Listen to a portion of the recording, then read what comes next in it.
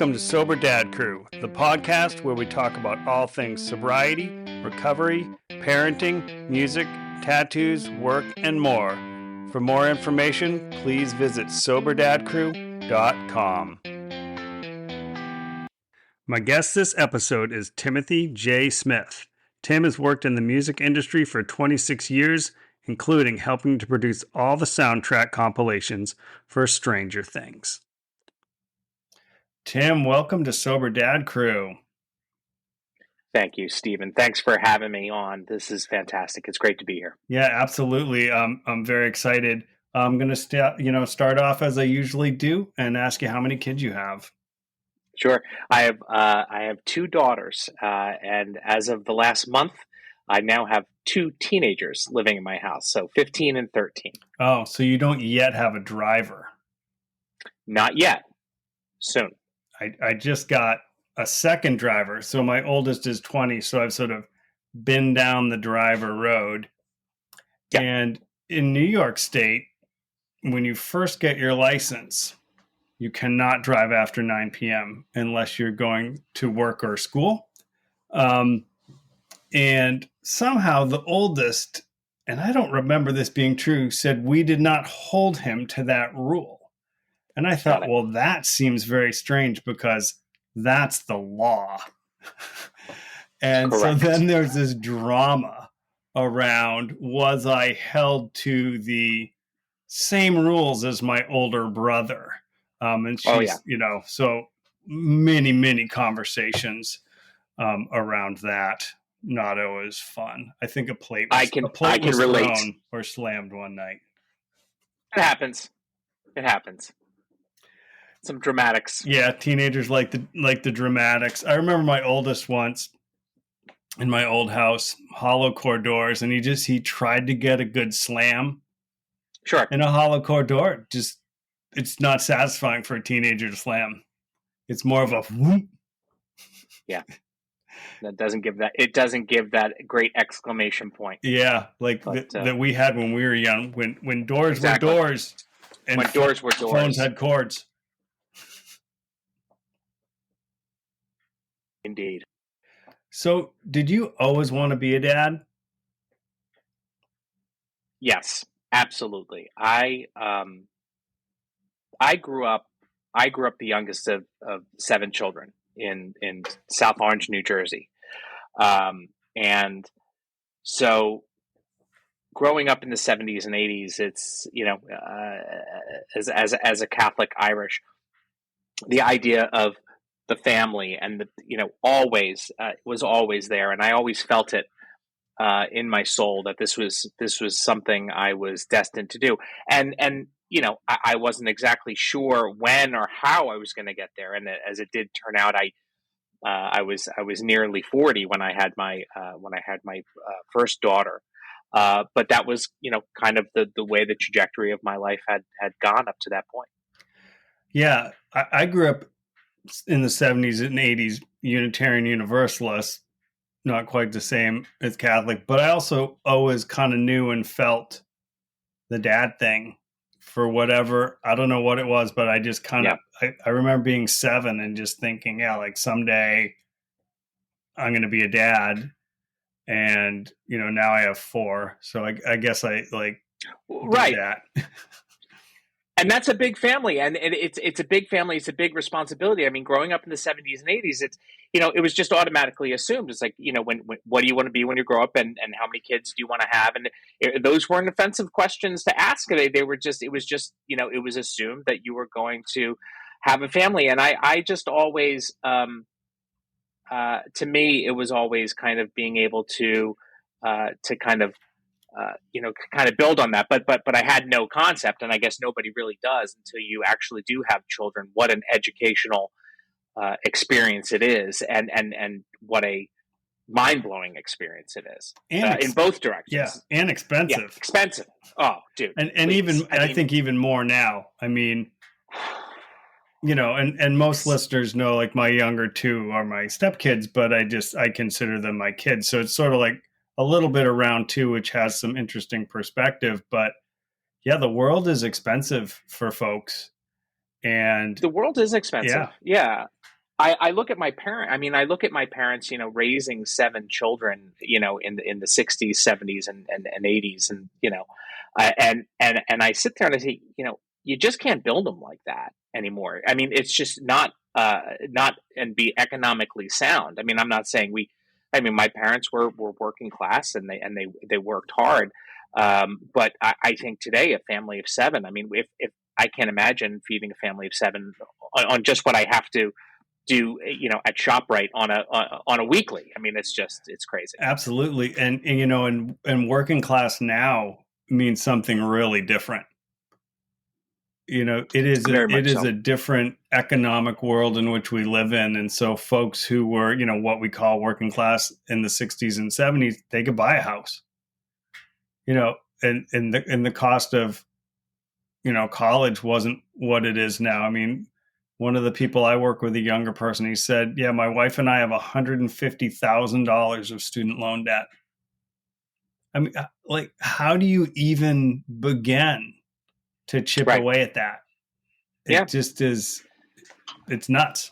Well, to me, it's just what is, we're not, and we certainly weren't. I mean, taught, kind of the economics, balancing a checkbook, just, the basic things of survival of growing up.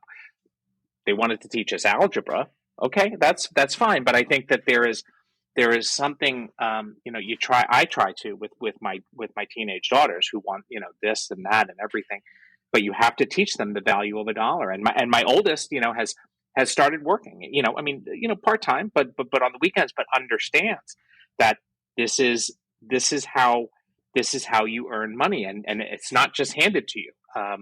I had my first job when I was 12, working at the Our Lady of Sorrows Rectory, making $1.50 an hour. And obviously, it wasn't about the cash; it was about the responsibility and the duty. So it's a different world. Yeah, I remember saying to the oldest at one point, and this was when I was, a single parent, which is definitely its own economic thing. And he's like, but you just got paid. And I was like, Right. dude, there's not a magic bucket where it all just goes. And I did. No. I said, here, like, let's sit down. This is the rent. Or I guess I said, this is what I bring in a month, every 2 weeks. Here's the rent. Look at the rent as a portion of one of those paychecks. It is a significant portion of that paycheck. Significant. No, absolutely. So I mean, now we still got to go 2 weeks. And in those 2 weeks, I think you want to eat. correct. And I think you And you want want the lights on. and the internet. Because, boy, in this day and age, if the power and the internet goes out, you would just think the world had come to an end. Or actually, last time the power went out, the younger two said, well, good, the internet still works. I said, no, it requires electricity to work. And then I said to him, like, and here's gas and here's all this stuff. And it was a very constructive conversation, and now he's not going the college route. So he's working and he really gets, like, Oh yeah. you work hard for money. Right. And then there's expenses that come out of it. Well, I always tell these. I speak to students at the who are graduating from the my alma mater, which is the University of Georgia, and they reach out to me like, I want to get into the music business. How do I get into the music business? And when I try to kind of frame it out for them, and aside from just telling them, you have all of this field ahead of you. You have all this time. Just keep moving the ball forward. But what you really want to do is, not think so much about the money, but about the education. Always be learning. Just because you have that degree doesn't mean that you stop learning. I'm on the job, at Sony for 26 years, and I learned something today. you know every single day you have to always be a student, and that's the thing, because paradigms are always shifting, and you have to kind of be able to. You can't use a 2001 template in 2024, and especially and we'll get into it. The sobriety. I mean, it's using new templates, new paradigms, new ways of looking at things, and rolling with it, and Absolutely. not understanding it sometimes. Absolutely. And I totally want to talk about your job and all of that, but if we can Sure, pivot a little and you're kind of sure, willing to talk a little bit about, your relationship with alcohol and your sure. story, and then we'll kind of circle Yeah. back to the more pleasant topics of music. No, listen. To me, I don't find talking about alcohol in my relationship or my ex alcohol. I look back on it as one of those things that I just said as an extraordinarily educational force in my life, and it really, it from a young age, I grew up with. Um, uh, Anxieties and what would be called today maybe ADD or these depression, and I found myself really obsessed with music, and but I also in social situations I found myself very very nervous and very kind of feeling like when you're the youngest of seven, you have to walk into a room and you don't open your mouth. You have to read the room. You have to kind of see what's going on first, because you have to know what the shot is before you call it, and that was something I learned. I realized that at a later age. But with drinking, I always found that it was kind of this like soother. It kind of takes the edge off, and now is what they refer to now as self medicating. I was overdosing, as it were. So yeah, so that was my relationship with it. It was just, it was something I really leaned on and leaned into, and just felt every event could be an alcoholic event, and even if it wasn't, I would make it an inappropriately alcoholic event. Kids' birthday party, 100%. Kid's birthday party, for kid's first birthday party. My oldest, I got a kegger. I got a keg and put it on the back deck. And I didn't even think anything about it. Well, friends are coming over, right? You can I made it about me, and it was just again when you're doing all this kind of self reflection, you're sitting going, wow, it's just it really you are on another planet, but maybe that's kind of where you want to be, um, you know, at that point. Yeah. Now, what was your sort of pivot point? And, do you do a program? Did you kind of hit a metaphorical or literal wall? Yeah, I did. Right now I'm in my 11th year of sobriety, and then that is no alcohol, no cigarettes, no weed. I never was great at weed either. I never was never my thing. Well, now you just walk So around just everywhere, and it's just yeah, it's right there. Yeah, I mean, Ithaca, New and it's York, just smells like a giant Grateful Dead show right now. yeah. I mean, and it's out there, and I understand it's way more potent now, and it's a lot more acceptable. But I mean, look, if that's your life, that's fine. I can't levy any judgment on it. But for me, I had lost both of my parents by the time I was 35, and so that hit me really hard, because I was close with my parents, and my family was a very close knit, but I also, found myself in being in the music business, and being in these social events, and alcohol was always part of those social events. Uh, and I could see people who could just have one or two and walk away and be like, they're done for the night. And I could never comprehend that. That to me, it was such a foreign concept of, if you're going to go out for one, well, you got to put another one on that, because you got to go out for 11, because it's like, because why would you just, so for me, I guess it was at the top of January 2013.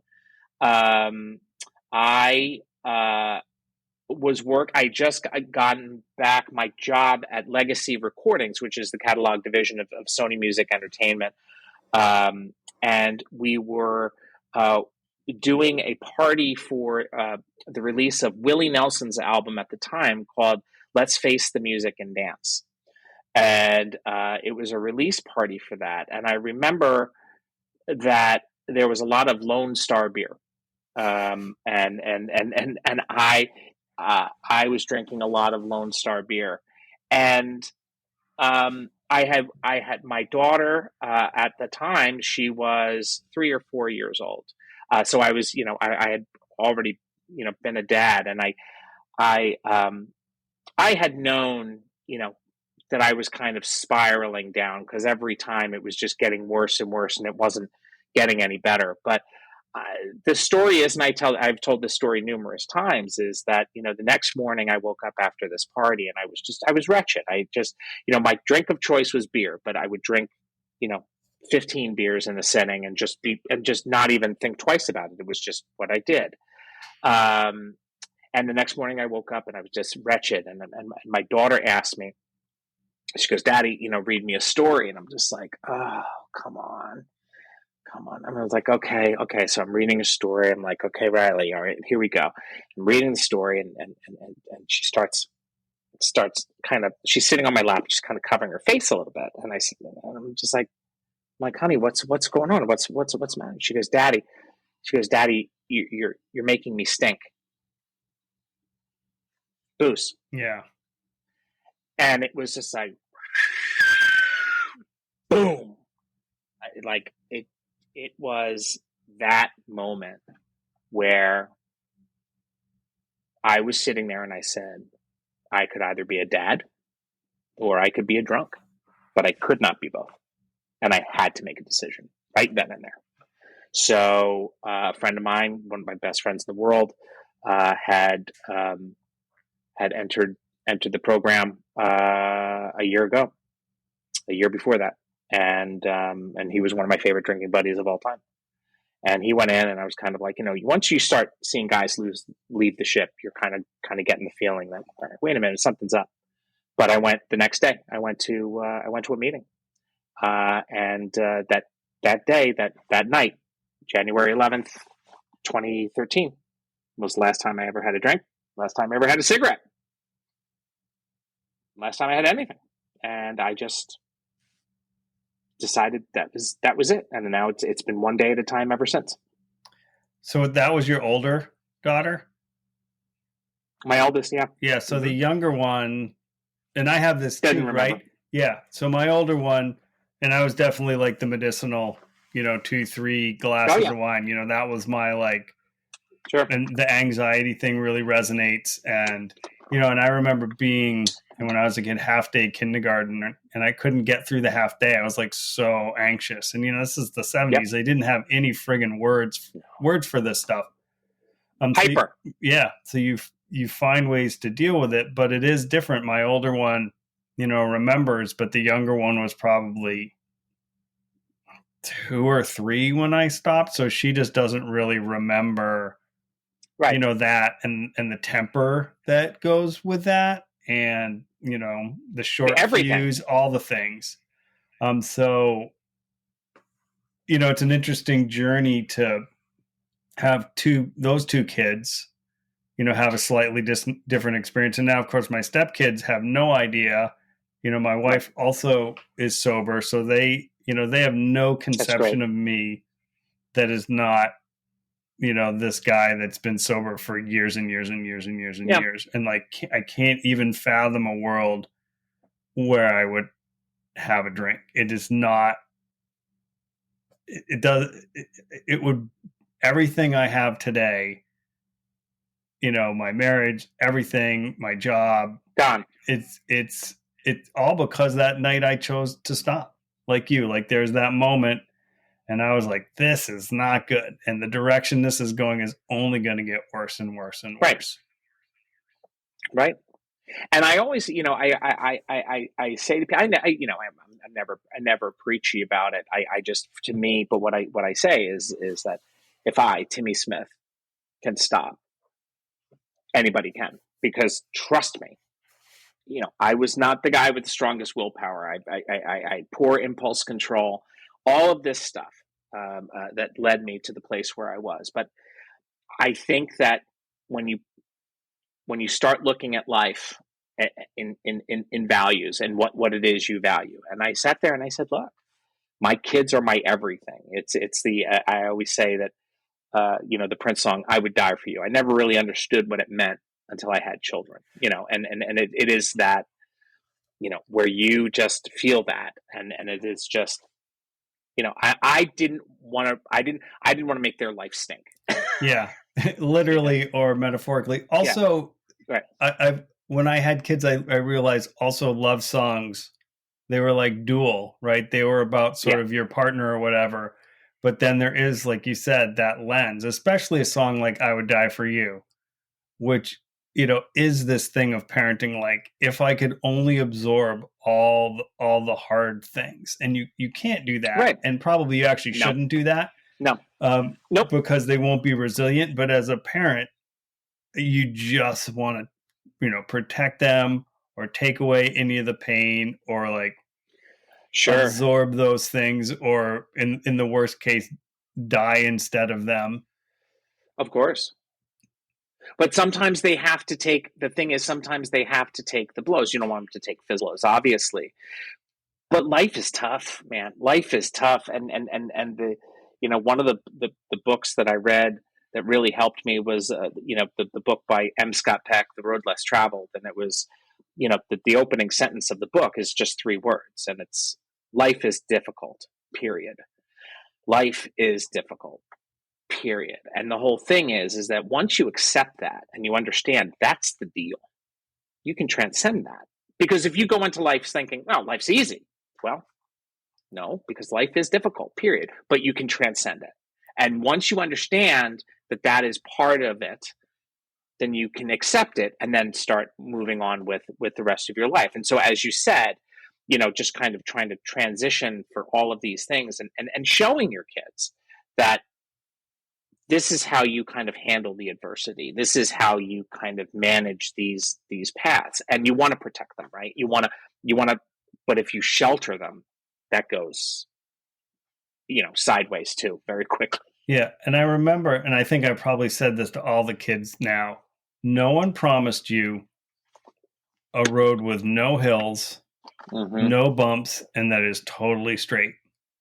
Correct. I mean, life would be really boring if it was that too, but no one promised you that. And I think it's Brene Brown who also said, like, show me a kid that never struggled, and I'll show you a dysfunctional adult. I don't think I got the exact words right, but that's her quote. And I think it's great line. Really true. If you haven't struggled or learned to overcome things along the way, when you kind of hit adulthood and you're out there and works hard, I've definitely had jobs like the one I have now, which is incredible. And I work with incredible people and I work for incredible people. And I've had jobs that 100% are not that, which makes me appreciate what I do have more. And I think, right, hardship makes you appreciate what you have more. And, my grandmother always talked about being greatly blessed, even in the hard times, remembering your blessings. Of course. And these jobs, all of this stuff, every single day, it's an education. As long as you're always learning, just be a student. And it is, some days it's overwhelming. Some days it's so much, but you're sitting there going, you look at today and you just say, well, the good news is I'm not going to solve this by drinking, because I told myself this morning, I'm not drinking today. Maybe tomorrow, but definitely not today. Definitely not today. And as long as you do that, when people say, oh, it's, these trite, ODOT, and, one day at a time, it's no, that's how you got to do it. You got to do it one day at a time. And each day is beautiful. And then once you're in that moment, you're in that kind of space, you kind of realize. And people, people talk about old friends and was like, oh, do you remember that night we went out and the whole, and it's like, yeah, I mean, it was just like, it was beautifully ridiculous, but I couldn't live that life now. And one of my biggest fears was, when I was kind of nearing the end of my, drunken road, was that one of my biggest fears was becoming the old guy in the bar, which I always thought was the sad. And I grew up, working in bars, bartending, not bar, but bar backing, DJing. And I always would look at the old guys in the bar, and sitting there going, I will never do that. But then, I found myself kind of getting up there and I'm like, wait a minute, wait a minute. I'm going to, I'm the old guy in the bar. And it's just, it's something that, thank God, that the wherewithal was there to say, let's stop this. And speaking of quotes, one of my favorite quotes that really kind of got me in the early days was, and I don't know who to attribute this to, but it's a great quote, is that there's a reason why the windshield is much larger than the rear view mirror, because what's happening ahead of you is so much more important of what's happened in the past behind you. And I'm just like, boom, so. Yeah. I mean, and that's a cool quote, because you can get so hung up on the past. I mean, you can get hung up on the past. You can also get hung up on the forward what ifs, but the past what ifs can just be an anchor. And, there is importance of looking at your past and looking at your behavior and making sure you've dealt with the crap that you maybe put out there. But you're doing that so that you get the windshield. I always say to people, there's a light at the end of the tunnel. It might be really far away, but it is always there and you can get there. I'm not saying it's going to be easy. I will not promise you it's going to be easy, but if you keep taking one step forward and another step forward, the light gets closer and it gets brighter. I mean, I feel like I said before, I don't think about drinking. It doesn't even, factor to me. And I think there is a moment, I couldn't even pinpoint when it was in my sobriety, because it's been so long now, but there was a moment where all of a sudden you're like, oh, I do think about this less. It does not feel that hard. And I get that might not be everybody's journey, but for me, that was certainly my experience. And then, not looking backwards in the mirror, but sort of reflecting on where you are and where you want to be. Definitely helps too. Yeah. I mean, it's perspective, and it's keeping yourself, keeping eyes forward. And, and if anybody needs kind of like, I never, I never preach it, and I never say, oh, you shouldn't, no, everyone has their own journey. I just, my kids understand. Daddy doesn't drink. Daddy used to drink, but they don't have any real recollection of that. And, but I just don't make a big deal of it. It's just not something I do. And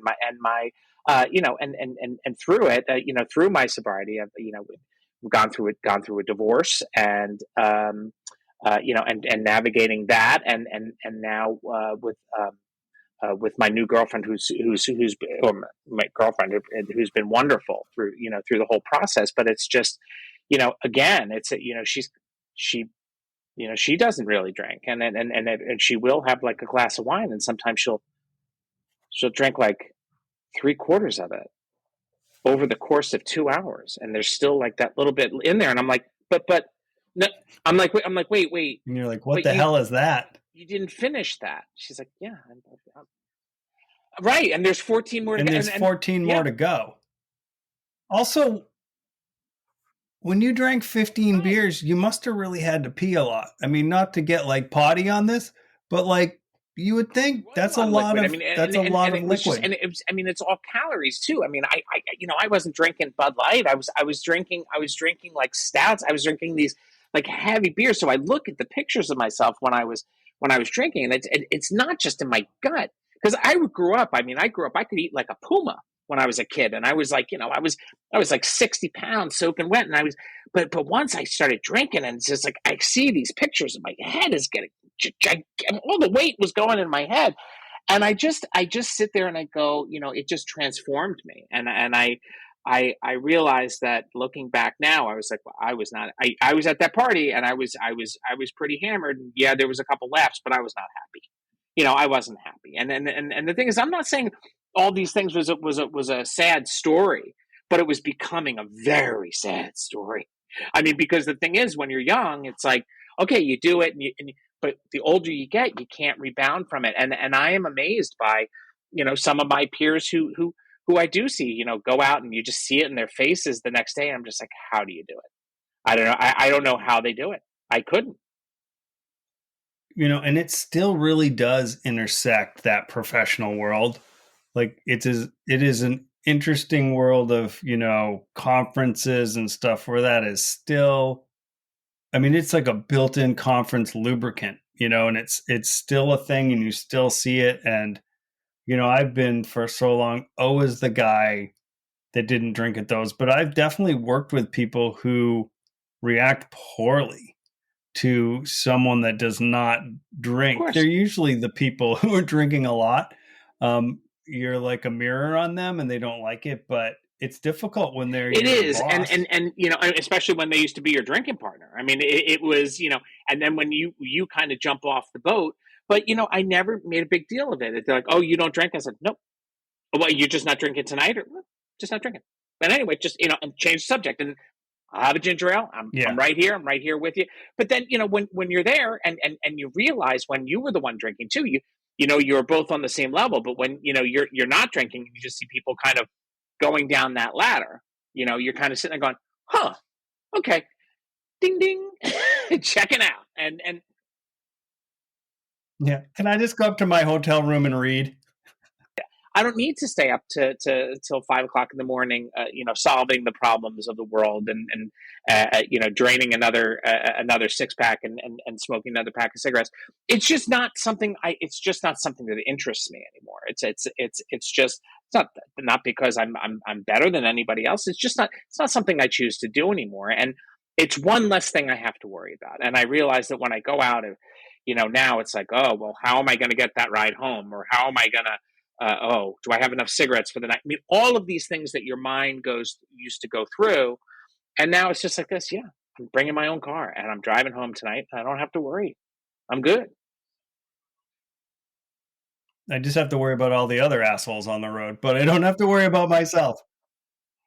Look, a lot of people who are near and dear to me and very close to me, they still have, they're still very much entwined with alcohol, but I would never say to them, come talk to me. I have, if anyone comes to me and says, "Hey, can I talk to you about anytime?" But I never sit there and preach. I just don't do it. It's just it works for me, and I know that if it has worked for me, and if I can do this, I am I am convinced that anybody can, because it's just I I'm stubborn Irish, and it I couldn't see what a life was like without it, and I got really nervous about it, but day by day. Right. And everyone has to hit their, whatever you want to call it, rock bottom or pivot point, and they're different for everybody. Yeah, And mine doesn't have was to be. maybe not very dramatic, but it was my moment, right? And I think it was great that I've said it before. I was fortunate that somehow along the way I figured it out, so I could just turn the corner and be done. And I get No, that's not everybody's situation, but you have to hit that right. point where you're just done, and all the other things just, it's Oh yeah. too I scary mean, to look. not change. And so you change. And I remember early on, as an old kind of grizzly punk guy, I was just like, well, I'll just tell people I'm straight edge, because that was like a good way to frame it up and not have to talk about recovery. It's sort of just like, oh, I just choose sobriety. It's all good. I like my seltzer and my lime. But there was a moment along the way, and it was really before I got the job I have now. And I put up something, I think it was for my 12th sober Yeah, yeah. anniversary. And I put it on LinkedIn, which I'd never done before. And I thought, holy shit, I've just interviewed for this job a couple times. I really want this job.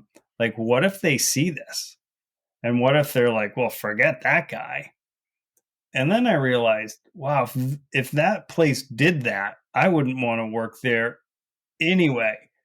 And so that moment was very pivotal in this moment where it's like, I can be of service by being Of course. public about this because, I have a, a job where I run marketing and business development for an That's architecture right. firm with 3 offices in New York State.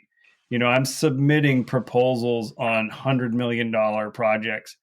I have, 4 kids and a wife, and like, people don't look at me and think, oh, Right. this is someone who had an issue with alcohol. So therefore, I need to make sure that they see that I had Yeah. and understand that and where I've come. So that if someone else along the way at work or whatever, maybe needs to go to rehab or has some other, there are a lot of other things that aren't just All of these drinking. It things. could be an Yeah. eating disorder. It could be a lot of other things that we've created a culture and an environment that understands that people have struggles, and our job is to help support people, you know, in their struggles and their 100%. triumphs, but Yeah, especially I in mean their it struggles. and it is interesting. I mean, when you're talking about social media and here you are saying, well, what will they think if if I'm sober? If anything, when you reframe it, when you kind of from the other side of it, you're sitting there going, if I'm hiring somebody, I'm looking at going, this is a responsible guy. This is a guy who's who has pivoted and made his life. It's better than going onto their social media and seeing them with drunk, passed out, and doing all this other stuff, and you're like, well, is this person reliable? It's kind of like, you know, again, it's just social media is. When I hit my anniversary of my 5 year or my 10 year anniversary, I found myself talking about it. It was the first time I'd really talked about my sobriety publicly, and obviously this is my first podcast talking about my sobriety, and it's very freeing, and I feel there's no shame in it whatsoever, because it's just, for me, as like yourself, if this can be of service to somebody, if somebody can hear this and say, I ran, listen, this was not an instantaneous decision. I mean, I hit my bottom for sure, but there was a lot of run-ups to the line and sitting there going, I can't do it. Run up to the line and then I can't do it. But finally, it's, and that's the human mind, because because who doesn't, the frightening aspect of the uncertainty of it. What is life without alcohol like? I don't know. I never did it. Or life with anxiety, or life without anxiety, or life not coping anxiety, trying to give some soothe, to that thing. And being in a place where you're like, look, life is difficult, period, of course, but not having to run to the bottle or run to all of these other things, where you can kind of hit it head on and say, okay, we're going to try to do this. And it's not always successful, because we're human, and we fail. But what I'm not going to fail in today is I'm not going to have a drink today. And there's a couple more hours left in the day, and I know I will not have a drink today. I'm vowing to that. Maybe tomorrow. Mm. We'll see what I say tomorrow. But I have an idea. I have an idea what I'm going to say to myself tomorrow morning when I wake up. Yeah. And then that's it. Then there's a new day. So um, we're living in an era right now where everything is fast cut, fast pace, fast everything. Um, and you have to kind of stop and sit there and take the inventory, as they say. And it's a beautiful thing. It's a beautiful life. Yeah, sitting there with my 12-year-old tonight at dinner, my wife and the 8-year-old, where I had his baseball, and she had her phone on the table, and like she was getting Yeah, texts, and I was like, we're eating together, and he was like, oh man, I want to look. I was like, the world will not end if you do not answer that text. I was like, we're gonna be done in like I 10 know, minutes. I know, It'll but it's be it's okay. But they're so used to like that. It's a dopamine hit too. I mean, it's all there: the communication, the entertainment, the social lifeline, the social currency, the clout, all of that stuff. I mean, my daughters. I mean, as I said, I'm in the music. I'm in the music business. Been in the music business for 26 years, and I say it's my daughters that kind of keep me hip on shit. On the stuff that's happening about whether it's a rap feud or Taylor Swift album that just dropped or whatever it is, the latest TikTok trend that they're using a Sony song in, they're, I mean, this is the world in which they're living in. And to me, I'm very, I don't want to live that life, but it's fascinating to watch because, you and I having grown up in the same era, it's very interesting to see, like, I'm grateful that I'm not growing up as a teen in this era. I think it's extraordinarily challenging right now than more than we had. I mean, of course, it's always tough being a teen, but right now everything's just so visual and public and weird. Yeah, like no, yeah, we don't have movies of our dumb shit. No, thank God. And social media is such, there's good stuff about it, right? This podcast, I mean, I reach people through that, but the conversation of like when you let the kid get, because what they want now really Mm-hmm. are Snapchat and No, TikTok. They don't want Instagram. They sure as oldies, hell do not old, want Facebook. one That's hundred for people percent, who are like one 900 hundred years percent. old, you know. But also back to the rap feud with my 20-year-old. A lot Yeah, of conversations about the Drake fascinating stuff. Kendrick Lamar feud. I've never feuded. Fascinating stuff. Yeah, as a marketing guy, interesting, fascinating stuff. Yeah, so talk about your job a little bit because you have, kind of a cool job. But you have a cool job too. I think that just to you have to, first of all, you got to do what you love, right? You have to do. I always say you have to do what you love, and money shouldn't be the priority. It's your time here is very limited, so you got to do what you love to do. And for me, music was always. I mean, I have all my ticket stubs and all my my shrines. You see my replacements back there. I mean, the drinking, smoking, rock and roll. That's what I was supposed to be as a teen. Back when you got to smoke in the clubs where you saw music, Great. isn't it nice to go Yep. now and not smell? I used to have a jacket Yep. in the winter because I grew up in Maine and whatever. I used to have Yep. the jacket that I would wear to the club because it was going to smell. I didn't smoke, but it was going to smell like Well, that's smoke. when cigarettes were good for you, right? That's when they were. It was considered a vegetable.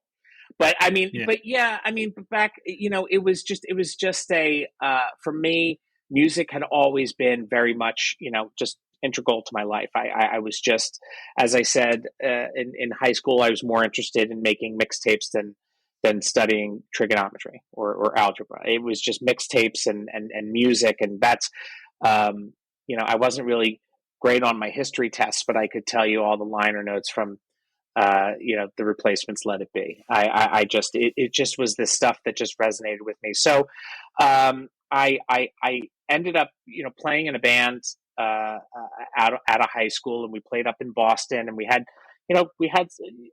some success, but we were 20 years old, and we were not they call it the music business, not the music friendships, and I realized that you have to have a music business sense in to navigate this, because you can be a great musician, but if you don't know how to make that transition into a business sense and operate it as a business, or try to trust somebody to run your business, it's not good. So I ended up going back to school. I ended up going to the University of Georgia down in Athens, where one of my favorite bands of all time were from, REM, and that was Yeah. kind of my reason for going down there, but also going back to your original conversation of putting myself through college, because by the time I came back home from Boston and I said to my parents, okay, I'm ready to go to college, Mom and Dad, they're like, oh, well, Timmy, that money that we had socked away for your college, well, that's gone. So so you got to put yourself through. So I did. I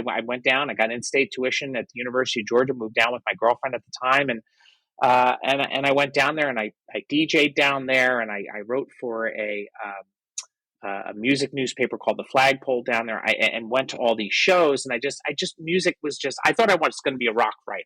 That was my thing. And then I came back to Jersey as soon as I graduated, and I did some kind of odds and ends jobs, and then I applied to Sony Music Entertainment, and I got the call from uh, from the hiring manager there, and I thought I was being pranked. I couldn't believe it.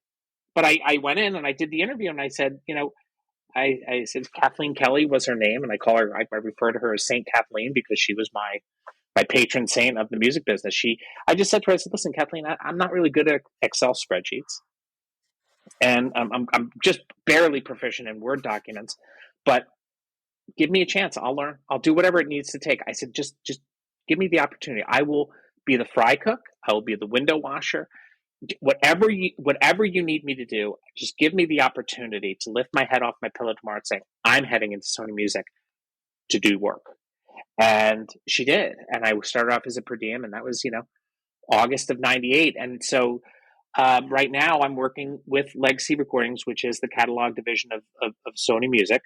And it houses the catalogs of RCA, Columbia, and Epic.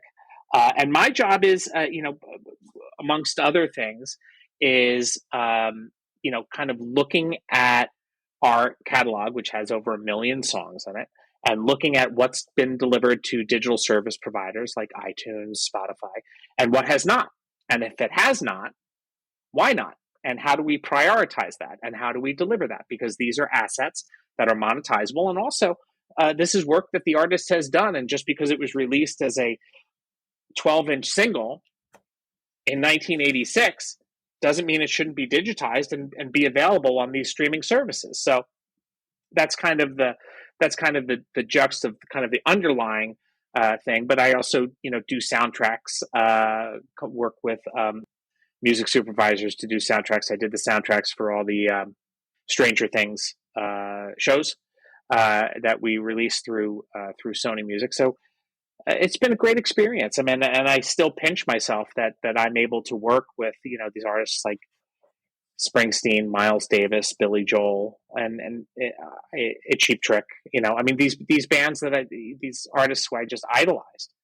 And I still do. I sit there and I go, it's a great privilege and an honor to be working with these artists, because I'm here because of these artists. So it's not about me. It's about being in service to the artists, as just being in service. Yeah, a couple things. Maybe I'm the only person in the world that hasn't actually watched Stranger Things. So it's growing up in the 80s, but you and I think you and I are around the same age. We have in our early 50s, and so growing up in the 80s, this is a show that really hones in on that. And I was skeptical at first because I was like, well, are they going to nail it? Are they going or is it going to be just jokey? Or are they going to go like, just so over the top with and let me tell you something, it's like beautiful. These guys, the Duffer Brothers, just nailed it. The essence and the nuance of the 80s stuff. It's very funny. Very, very, very well done. I recommend it. And just to watch the first season, it's pretty impressive. And the music's great too. And we're probably both guys that had a crush on Winona Ryder back in the day. 100%. She's fantastic in it. And I think that it's all, very tongue in cheek, and it's all very, it's a sweet reminder of where we came from, and just, kind of, what that era was like. And it's refreshing. It's a refreshing look at it. And I will tell you, my two kids love it. They think it's fantastic. And so, and it's interesting. I've tried to do that kind of stuff. Oh, you like these? So, so we go back and we will start watching some John Hughes movies, right? And we watch like 16 Candles. Loved it. Meanwhile, at Breakfast Club, and it's like, and we're laughing, and it's just like, it was just very fun, like these funny movies. So it's able to kind of bond with them on that, on that. And they were also like, oh my God, you were alive when Nirvana was playing? Oh, amazing. That was so long ago. I remember when the first time I heard Nevermind was shortly after my 21st birthday in a divey ass bar in Portland, Maine. And I was like, holy God, like this is so different than what's happening now, because I was a punk kid in the 80s, and I was listening to Suicidal Tendencies, and REM, and Love Tractor, another Athens band that a lot of people probably don't remember. But because you lived there, and they're a cool band. And B-52s and, Right. Generation, like all that stuff. And then the, it was still there back when we called it underground or whatever. And 120 Minutes was on MTV when MTV played music. And it kind of like went away a little bit as metal took over. And then all of a sudden, that riff on Smells Like Teen Spirit, and I was like, holy shit, Yeah. this is incredible. And then a lot of cool, interesting stuff followed that. I mean, his story is just tragic, and the perils of fame are real. Somehow we Very can't much just so. like appreciate the artist and the music. We have to deify some of them and all this stuff. Like, let people go to the grocery Yeah. store. Yeah, it was interesting because the timing of Nevermind was, the year before that is when I was playing with my band Astronaut up in Back Bay, Boston. And Back Bay, Boston, by the way, is probably not the greatest place for a starving artist band to be playing. One of the highest rent places in Boston, Even but more so now. we learned that very Yeah. quickly. Oh, dude, I mean, unbelievable. But we had a lot of great opportunities. So we were managed by the guy who was managing Buffalo Tom at the time and Bullet LaVolta, and they shared a space with Juliana Hatfield and the Lemonheads, and we got opportunities to open up for Smashing Pumpkins at TT the Bears, and played with Dinosaur Jr. at CBGB's and Rollins Band. So we had all of these things kind of rolled out for us in that year of 1990-91. But we just, as I said, we were the little band that couldn't. We recorded at Fort Apache. We had all of these, but it was just, we just couldn't get it together because it was just, you're 20 years old and it's just coming at you so fast, and you're just you can't really sort it through. So, and this is a true story. So the band I was in, Astronaut, we came back from Boston, and I say that we broke up on September 1st. Nevermind came out on September 11th, 1991. So all of these bands that we had been playing with the year prior were all getting snapped up by these major Yeah. labels. And we're sitting there going, but for me, for Nirvana, is that I remember the first time I heard that, and I'm sitting there, and I was in my car, and I was driving back from, I think, probably from City Gardens, and just clear as a bell, and I say, God damn it, they did it, they did it, they meshed Cheap Trick and Pixies together, and here it is, oh my, and I couldn't believe it, and it was huge, and it was gigantic, and I was like elated, but I was also really bitter. And now, as I can sit back and sit there and go, "Oh wow!" I mean, all of these baby bands uh, the Replacements and Soul Asylum and the Pixies and the Cure and all of these things that were REM, all these things that were just so integral to my rock and roll punk rock foundation. They are now people are finally getting it, and people like me and you were like, oh, we knew about this shit about 5 years ago, Yeah. but I know the Cure just had like their best selling tour ever. And there was this video of Robert Smith. It was like at the end of a show, and you can just see how grateful he is that not only have like us old dudes stuck with him, but like younger people, like, you share it with their kids and they fall in love with it. And it's still like, that's a band that still sounds like incredible. because he's legit. Yeah. He's not sitting there at the cash register at the mic. He is fully vested. And the thing is that I respect the shit out of that. The Cure. I mean, I mean the Cure, the Smiths, all that stuff that was just so important. So important to me, and to grow up in that era where it was just these albums were just coming out, and it was just music, music, music, and it's wonderful. So something like Nevermind, that my daughter, my oldest daughter, loves Nirvana and loves Radiohead, and Radiohead for me were enormous, and she found all this stuff kind of organically, and so we sit there and we shoot the shit about REM and Nirvana, and she's like, "Oh, Dad, I love this song off In Utero called Scentless Apprentice." I'm like, "Oh my I've done my work. great! I've done my job. I've done my work." Yeah, yeah, and she loves the Pixies, and that was another band that over the summer I went to go see them. I went to go see them down at the Stone Pony, and I was in tears because I'm sitting there going, these guys might be the punk rock Beatles. I mean, this like every song is just so like it just is in your soul, and you're like, oh my god. I was like, why weren't these guys like? I guess because they just looked weird. Yeah, one of my high school history teachers turned me on to them.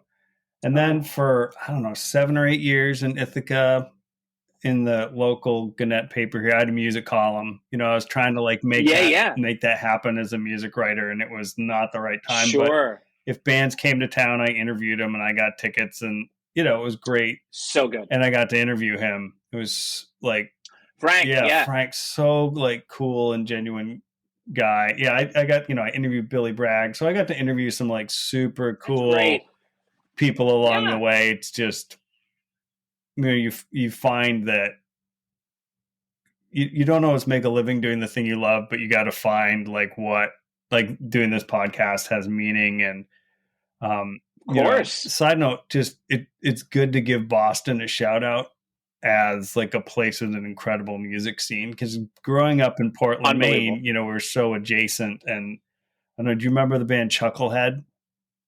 Sure. One of those sax players went to my high school. So, what an amazing band. I think they just sort of faded away as happens, but like what a cool, interesting, band that maybe nobody really remembers now, but I'm also a believer in probably like the best musicians out there none of us know about. Oh, sure. No, I mean, the Boston scene was really wild. I mean, it was everybody was in the band, and Cambridge scene was hopping. They had so many cool places: the Channel, TT, the Bears, Middle East. I mean, all of these places, and bands came through there all the time, and it was really it was a great experience, and I met some wonderful friends up there. But the band is like, I remember going to the Rathskeller and seeing the Mighty Boss Tones. I'm like, what is this? This is nuts. I mean, because but it was a very exciting time, because it was a time where it was pretty much all kind of under the radar. So it was like it was our little secret, and then sharing it with the world is an amazing thing. And I think it was great to be in that kind of era, and seeing all these scenes. The New York scene was cool, but the Boston scene was cool. So for sure, for that area, it's a lot of interesting stuff came out of that scene. For sure. And I was in the Pacific Northwest from 90 to 96 because I went to school in Portland, Oregon. So it was when all that stuff was happening. And it's right there. Yeah. And like, you didn't really see it as much living in it. I mean, Portland was sort of secondary to Seattle, and there were some really great bands, but I worked in this bookstore, and the owner's son was like the tour manager for Everclear. But that sort of was like even the next wave of some of that stuff.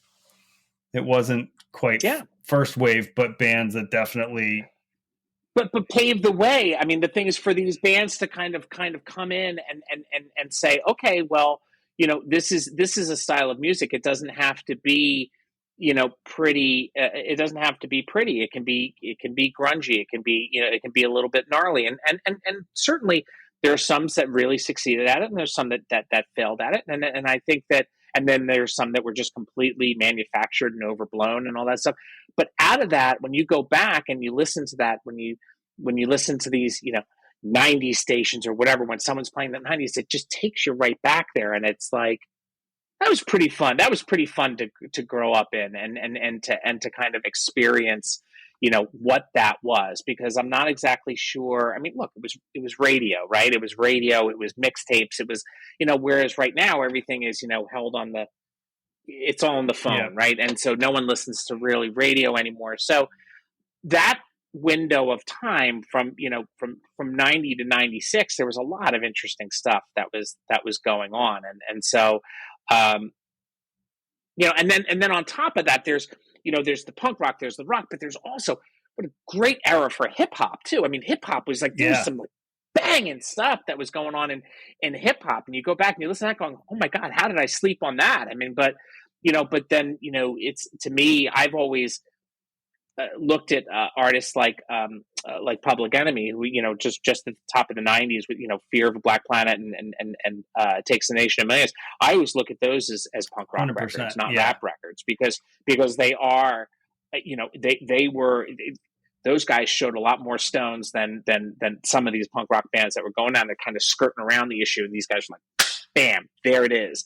And you're sitting there going, and just the soundscapes were just so intense. So it was great. And so I'm looking for that. I always admire that kind of bravery, in the music, where if you're legit, and it's just kind of like, you're just saying it as it is, and it's not manufactured, and it's not this manufactured rage, and it's not this kind of thing where you're trying for shock value.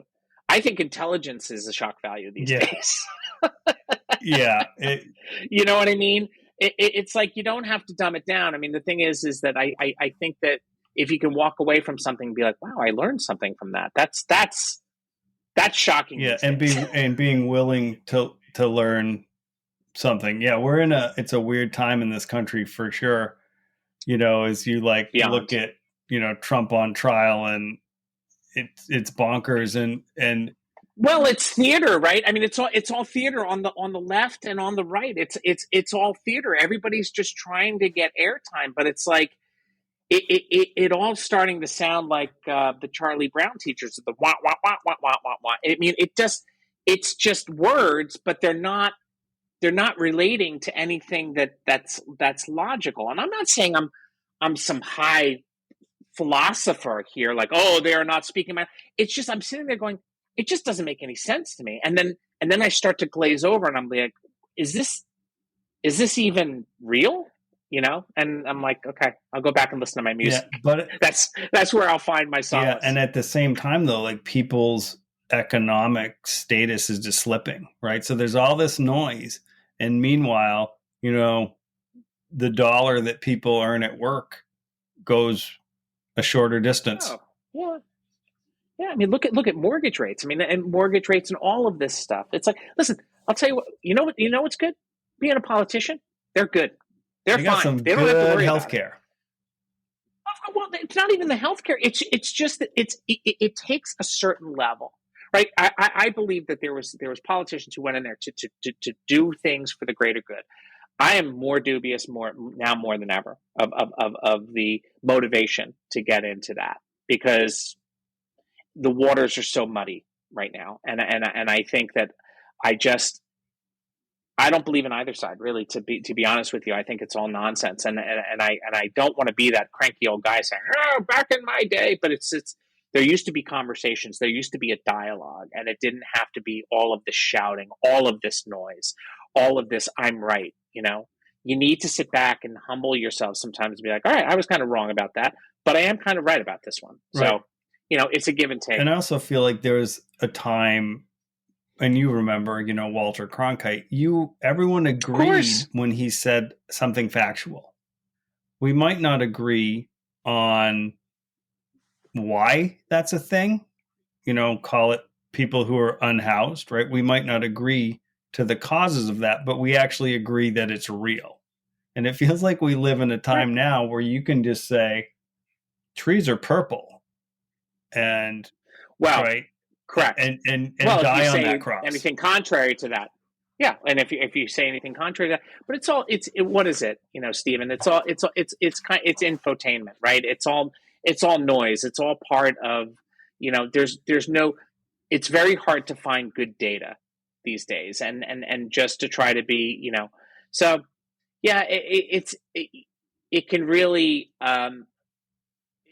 the static and clatter can really distract you, but as long as you kind of recenter yourself, and that's what I think what's important is recenter yourself, and whether that's kind of just remembering, the kids and the family, and being like, okay, I look at myself and look, I'm on the back nine. I'm not fatalistic, and I want to be here for a long time. I just want the world to be a better place. I want it to be I want it to be a better place than what I grew up in, right? For my children.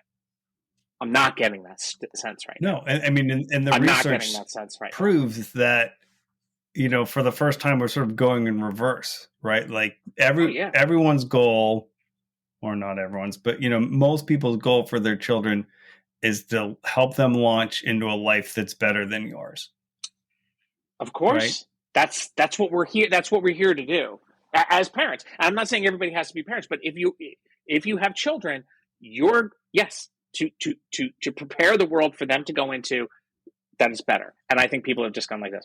Yeah, and to try and put good human beings out in the world, like that's also 100 right. forward facing. Yeah, what do I call them? Forward facing, participating members of the civil society. Yeah, That's it. who care and want Who to help people and make who the just world better. yeah, and just and really, and really just be honest, and be honest and genuine, and but it's hard because it seems like there's a lot of kabuki.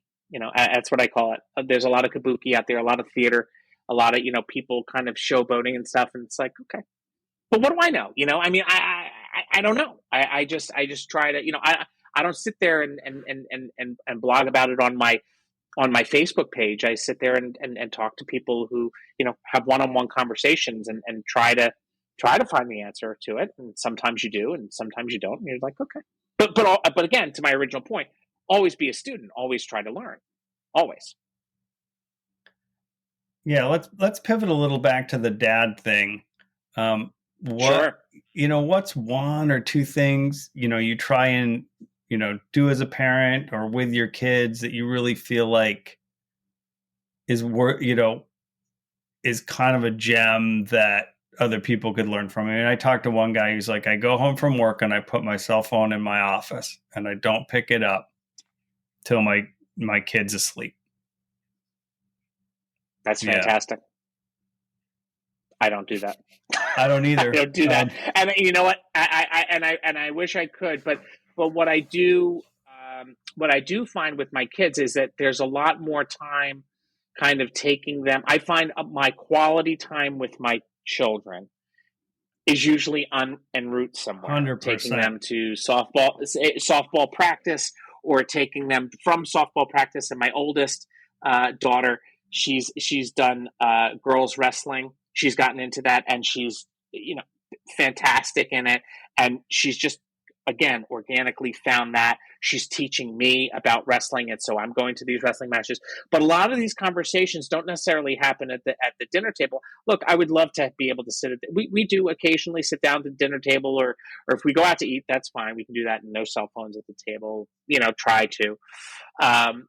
But it's usually en route, and there's and I have a playlist that I had them make called Girls Jams that we've had for going on 10 years, and they add stuff to it, subtract stuff to it, and whenever we're in the car, it's very rarely, I would say, 2% Daddy's music, 98% Riley, Raz and Daisy's music, and I'm learning from them, and so they are playing me stuff, and they're like, oh, have you heard this SZA? And I'm like, huh, okay. And then they're telling me, oh, Dad, did you know SZA is from South Orange, the town in which I grew up? I'm like, no, play it, so and so they're playing me Kanye stuff, and listen, Stephen, I'm going to tell you, I don't necessarily get all this shit. I don't, but they're listening to it, so I'm trying to figure out, okay, well, what is this? What is the? And there's certain things that I say, I got that. I like the Taylor Swift stuff. People want to. I think it's fantastic. They love Taylor Swift, and I'm listening to that, and I'm sitting there going, look, it's not for everybody, but if it's bringing them joy, that's bringing. Yeah, I mean, joy. Right. And who am I to judge other people's view of art and what they like? Like, I know what I like. Right. I try and share it with my kids. I, make them. Now we make them. Playlists. Back in the day, it would have been a mixtape or something. But you try and share it. You can't sweat it too much because the 12-year-old who's kind of going down this pretty popular country music vein, which definitely isn't Yeah, my yeah. thing. But we were driving one day, she put her Right. phone in, and I was like, oh, No Doubt's on. Okay, cool. And then, that sort of vein. And I was like, all right, that's kind of a good pathway. Um, Sure. but it's that funny balance of trying to like share what you love, but not force anything on them. And I remember like when the older two, I grew up playing music, and, like you, like music saved my life. It saves my life every day.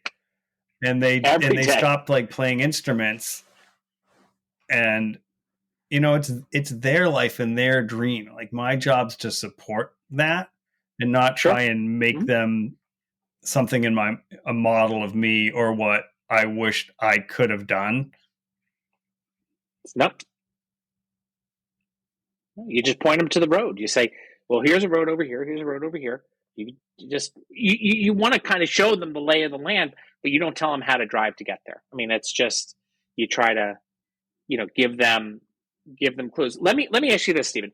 Who is your favorite band of all time? The band that you would say is the band that just is your thing. I probably would say The Clash, because that sort of I heard The Clash, and that's what got me interested in punk. So there's kind of just always been a place in my heart for that Yep. band. How about you? Well, first of all, Clash, good call. Sony artist. You know, I can get you some Clash vinyl if you want. 100%. Yeah, yeah. They, it's interesting. It's interesting you say the Clash, because when you think about the Clash were really around for a heartbeat. Yeah. They were around for 5 years, right? I mean, really, and the breadth of work that those guys did was highly ambitious and not always perfect, but when they were on, they were devastating. Yeah. And to me, the Clash are kind of always there. And it wasn't until like I always liked the Clash, and I kind of knew about it, but it wasn't until I guess I was a senior in high school when a friend of mine gave me a Clash bootleg, and it was. It was a Clash at the Bottom Line, or they were at the Palladium, but they opened up with Safe European Home, and it's like black and Topper Heat and snares like and these guys, and it just like the studio version's one thing, the live version is just where it jumped off, and I was like, that is like the energy that I wanted to do, and that kind of stuff never left me. For me, I mean, it was always kind of like the band that changed my way of looking at things. I mean, I grew up on the Beatles, I grew up on Springsteen, I grew up, all of my older brothers were kind of like my music historians, right? So they all kind of passed down all of this music. Kiss was a band that just blew my mind, the Monkees. But the first band that that I discovered, kind of on my own, and then were Adam and the Ants, which is just like, and then I didn't realize that they had their punk rock roots, and then I kind of backdoored into punk rock through Adam and the Ants, and also through Bowie, and then it's just this chain reaction, and then the Replacements. So the Replacements to me were the band. If you would ask me, like in my teenage years, that was the band that just, it sounded like Paul Westerberg had opened up my 16-year-old diary and was just singing them to the most amazing songs, and I'm sitting there going, "Oh my god!" It was like kind of like reading Catcher in the Rye for the first time, where you're just like, this Holden Caulfield was like, "Oh my god, that's me!" I can't believe that somebody else is sharing this experience, and that's why. Like my oldest daughter, she's a freshman in high school, in West Orange High School, and they had them read The Catcher in the Rye. They're like, "Dad, have you ever read Catcher in the Rye?" I'm like, sit down, let's talk. She's like, "Whoa, Dad." Like, Holden Caulfield is one of the greatest literary characters in history. J.D. Salinger was blah, blah, blah. And I just, just going off. But so it's all of this stuff. And so it depends on the era of my life. Like I went through a huge Radiohead, phase where that was kind of like this musical therapy for me. And especially, and it's interesting, probably when I was, doing most of my drinking was, and it was Radiohead was like Tom York was like, oh my God, he's singing to my, to my wallowing soul. And I still go back, and now my daughter's, listening to them. So I love stuff that is, there's some stuff that I listen to, and I'm like, I go back, I'm listening to them, I'm going, not that great. It's okay. It's good for nostalgia. But then there's the stuff that's the universal that just stays with you forever. And you're like, oh yeah. Like what is your favorite, let me ask you this, your favorite Clash album? Maybe this is controversial because Give 'Em Enough Rope was the first one I heard, and probably not on in the critical standpoint viewed as their best album, but it's still a great album. And but also I love, London Calling, Sandinista is great. I got to Yeah. be a little more in the mood for that. Well, that's the thing, right? Because Sandinista is so what it's the thing is, I've always said Sandinista would make it could be a perfect one album, Right. but they just went Yeah. bang all over the place, and it's but hand it to them, because I mean a 3 LP set, they weren't supposed to do that. Nope. They weren't supposed to do that, and that's why, like, when bands, like, to me, like, I don't know if you got into all the SST stuff, like Minutemen and Husker Du, and and all of that stuff, Black Flag, and all that. I mean, that's the stuff I grew up on, and to me, it's like I didn't really even know it was punk rock. I just thought it was crazy people music, and I was like, I love this. This is relating to me, so it's great. No, I mean, it's great, and I still, music is still very much a part of my day, and that's the wonder of Spotify, is being able to go in and kind of dig in and find these things. Oh my God, I haven't heard this album in so long, and then there it is. Yeah, I still love sitting on my couch with my records though, because there's an intentionality to that Of course, it is. act, and like getting up and forcing you to listen to an album. It's like old guy talk. Oh Listen to an yeah, album in the track list that it was intended to be listened on. But of I listen course. to tons of Spotify. Like I got a 40-minute commute. Like I'm playing music, and it's it's all good. It's very accessible. It's easy to do. You can debate the royalty structure for people all you want. I mean, I think it's tough to Yeah, be a small yeah, band now. You got to tour. You got to sure tour, is. tour, tour, tour, tour, and that's It's yeah, yeah, it's a different paradigm. It's you got to get out there. You got to get out there and hit the road, and that's why the you've been granted youth and energy to kind of do this. And then once you hit it, and I've always said, if Astronaut had one hit single, I'd be calling up my guitarist and be like, all right, listen, we're gonna do 20 shows a year, and we're just gonna really just do that, and then fine, we pay the college education, and just be like, okay, that's good. But for it's fun. It's fun, and I think that it's touring is a different thing now for because people want to feel that thing. They want to because music is so, it just resonates with them in this manner. So, but we're going back to what you were saying about the vinyl. I agree. I mean, it is kind of like that phantom limb of, like, when you get up and you play. You grow up playing records, and then you come back, and you got to flip the side and you listen to it, and now turntables and speakers are being made so well, and vinyl is being pressed so well. I mean, I deal with it every day, and some of these things I hear at work, and I'm like, oh my God, this sounds really good. So good. So yeah. There's just a real warmth to it. I mean, who's sort of a newer band or artist that you love? Like I'd throw out for me Waxahachie as a band that I've like, I just love what she's doing. yeah, I just, for me, it's hard to say, because I'm usually trying to follow I mean, it's just what my daughters are listening to, and it's usually kind of these one-off things. So I as far as, like, new artists are concerned, it's basically kind of through their lens. I'm not as actively seeking out music like I used to. It's just because it's a time thing, and I find myself listening to probably more podcasts on my commute than and music, because I listen to music at work and I listen to, all this other stuff. So it's an interesting question, and it's something that probably uh, like people say, oh, I got to read more books. I'm like, I listen to more new music. And if something comes across the plate that I like, I'm like, oh, okay, I like that. But I don't find myself obsessing like I used to, and being like having to find out everything, because it's just a time thing for me right now. But I think the cool thing about that, and is maybe a way to wrap it up, is what you said, is looking through your kid's lens. Oh yeah.